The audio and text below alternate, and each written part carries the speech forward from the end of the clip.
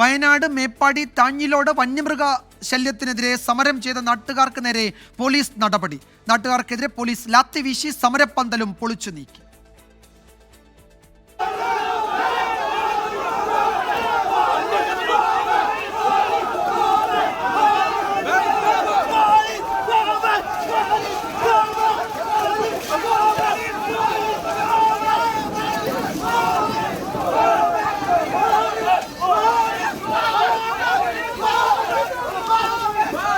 വയനാട്ടിൽ നിന്ന് സുർജിത്ത്, നാട്ടുകാരുടെ ന്യായമായ ആവശ്യമായിരുന്നു.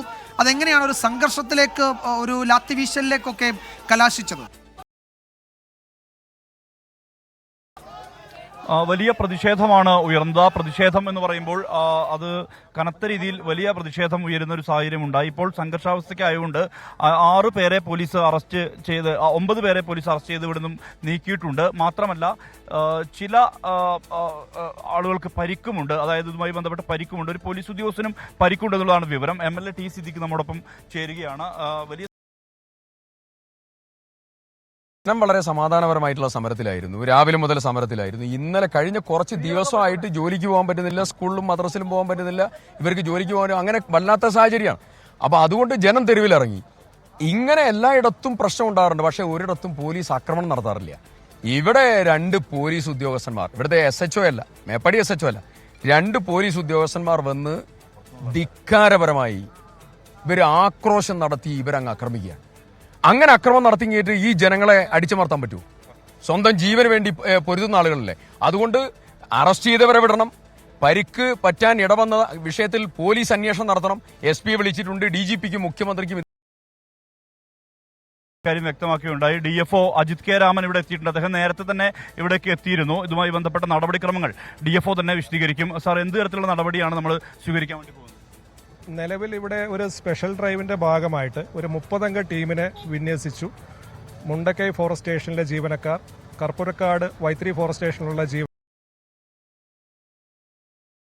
എന്നിവരടങ്ങുന്ന ടീം ഇന്നൊരു 11:30 കൂടി ഈ ആന നിൽക്കാൻ സാധ്യതയുള്ള ഭാഗങ്ങൾ, ഈ പറയുന്ന കുപ്പച്ചി ആ ഭാഗങ്ങൾ കേന്ദ്രീകരിച്ച് നമ്മൾ പെട്രോളിംഗ് നടത്തുകയും ആനയുടെ ചവിട്ടുകൾ മനസ്സിലാക്കി ആന പുഴ കടന്ന് ഇപ്പോൾ അമ്പലക്കുന്ന് ഭാഗത്ത്, കടൂർ അമ്പലക്കുന്ന് ഭാഗത്ത് ഉള്ളതായിട്ട് സ്ഥിരീകരിക്കുകയും ചെയ്തിട്ടുണ്ട്. അവിടെ ഡ്രോൺ ഉപയോഗിച്ചിട്ടുള്ള, തെർമൽ ഡ്രോൺ ഉപയോഗിച്ചിട്ടുള്ള ഒരു നിരീക്ഷണം ഇപ്പോൾ നടത്തി വരികയാണ്.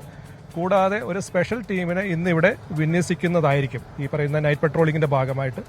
ഫെൻസിങ്ങിന്റെ പദ്ധതികളെല്ലാം തന്നെ നബാർഡിലുള്ളത് കൊണ്ട് ആ പ്രവൃത്തികളെല്ലാം തന്നെ ടെൻഡർ ചെയ്തിട്ടുണ്ട്. 20-ാം തീയതി ടെൻഡർ ഓപ്പൺ ചെയ്യുകയാണ്. പ്രതീക്ഷ ഈ വർക്ക് ആരെങ്കിലും എടുക്കുമെന്ന് തന്നെയാണ്, അല്ലെങ്കിൽ മറ്റ് സംവിധാനങ്ങളിലേക്ക് പോകേണ്ടി വരും. സ്വകാര്യ സ്ഥലത്തുള്ള കാട് വെട്ടേണ്ടത് പഞ്ചായത്ത് അധികൃതരെ അറിയിച്ചിട്ടുണ്ട്, റവന്യൂ അധികൃതരെ അറിയിച്ചിട്ടുണ്ട്. തെരുവുകൾക്ക് സ്ഥാപിക്കേണ്ടത് പഞ്ചായത്ത് അധികൃതരെ അറിയിച്ചിട്ടുണ്ട്. 22-ന് ശേഷം അവർ അതിന് നടപടികളിലേക്ക് കടക്കുമെന്നാണ് അറിയിച്ചിട്ടുള്ളത്. എന്തായാലും പോലീസ് നടപടി ഉണ്ടായി. പോലീസ് നടപടിക്ക് ശേഷം ഇപ്പോൾ ഇവിടെ പൂർണ്ണമായും ശാന്തമായ ഒരു അവസ്ഥയിലാണ്. ആളുകളൊക്കെ ഇവിടെ കൂടി നിൽക്കുന്നു.